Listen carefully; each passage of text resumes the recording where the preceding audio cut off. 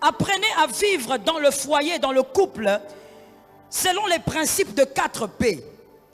Les principes de 4 P. Le premier principe est lequel? Maîtrisez les défauts de votre conjoint. Apprenez à les maîtriser. Connaissez-les bien. Que personne ne connaisse les défauts de votre conjoint plus que vous-même. Maîtrisez-les. Connaissez-les. Deuxième principe. Embellissez votre vie avec ses qualités. Après avoir compris les défauts de ton conjoint, embellis ta vie avec les qualités de ton conjoint.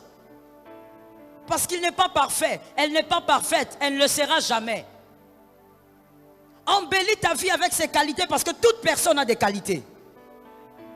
Je bénis ceux qui ont dit Amen. Toute personne a des qualités, embellis ta vie avec ses qualités après avoir maîtrisé ses défauts. Troisièmement, apprenez à vivre avec certains défauts. Apprenez à vivre avec certains défauts. Surtout si ça ne détruit pas votre ciel. Parce qu'il faut faire attention. Il y a des défauts auprès de certaines personnes qui détruisent même le royaume, qui détruisent ton ciel. N'accepte pas ça. Ne va pas en enfer à cause d'un mari. Ah bon? Il y a beaucoup de sorciers ce soir? Ne va pas en enfer à cause d'un mari. Ne va pas en enfer à cause d'une femme. Attention, il y a des défauts qui peuvent vous emmener en enfer. Ça, il ne faut pas supporter, il ne faut pas tolérer. Mais vivez, apprenez à vivre avec ces défauts qui ne détruisent pas votre ciel. Parce que la vérité, c'est quoi, mon frère? Jusqu'à ce que toi, tu mourras ou ta femme mourra, il y aura toujours des défauts en elle. Il y aura des défauts en lui. Tout ne partira pas. Le quatrième principe, le 4e P. Faites des reproches constructives. Faites des reproches constructives et non destructeurs. J'en ai beaucoup parlé les fois dernières. Quand tu reproches une personne, que ce soit des reproches avec amour.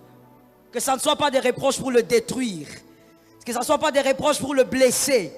Mais reproche avec amour pour que ton mari s'améliore, que ta femme aussi s'améliore. Qui a dit Amen? Voilà comment tu dois apprendre à vivre. Et tu dois refuser de penser que le problème, c'est la personne que tu as épousée. Tu as épousé la mauvaise personne. Non, si tu as été marié selon la volonté de Dieu, tu n'as pas épousé la mauvaise personne. Tu as épousé simplement une personne avec des défauts. Comme tout le monde. Tu as épousé une personne faillible comme toi-même. Il faut apprendre à gérer ça. Mais ne laisse pas tes pensées avec ce type de sémence. Ne laisse pas ce genre de sémence croître en toi. Que tu arrives jusqu'à te dire, il fallait que j'épouse celui-là. Il fallait vraiment que j'épouse celui que j'ai raté. Laisse-moi dire ceci aux fiancés. Quand on est fiancé, on aime ce qu'on ne connaît pas. Même si vous faites 15 ans de fiançailles, lorsque vous êtes fiancé, vous aimez ce que vous ne connaissez pas. Mais lorsqu'on se marie, on apprend maintenant à connaître ce qu'on a aimé.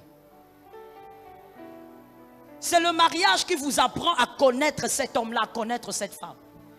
Monsieur le fiancé, mademoiselle la fiancée, ce garçon-là, tu ne le connais pas. Cet homme, tu ne le connais pas. Cette femme, tu ne la connais pas. C'est dans le mariage que vous apprenez à connaître ce que vous avez aimé.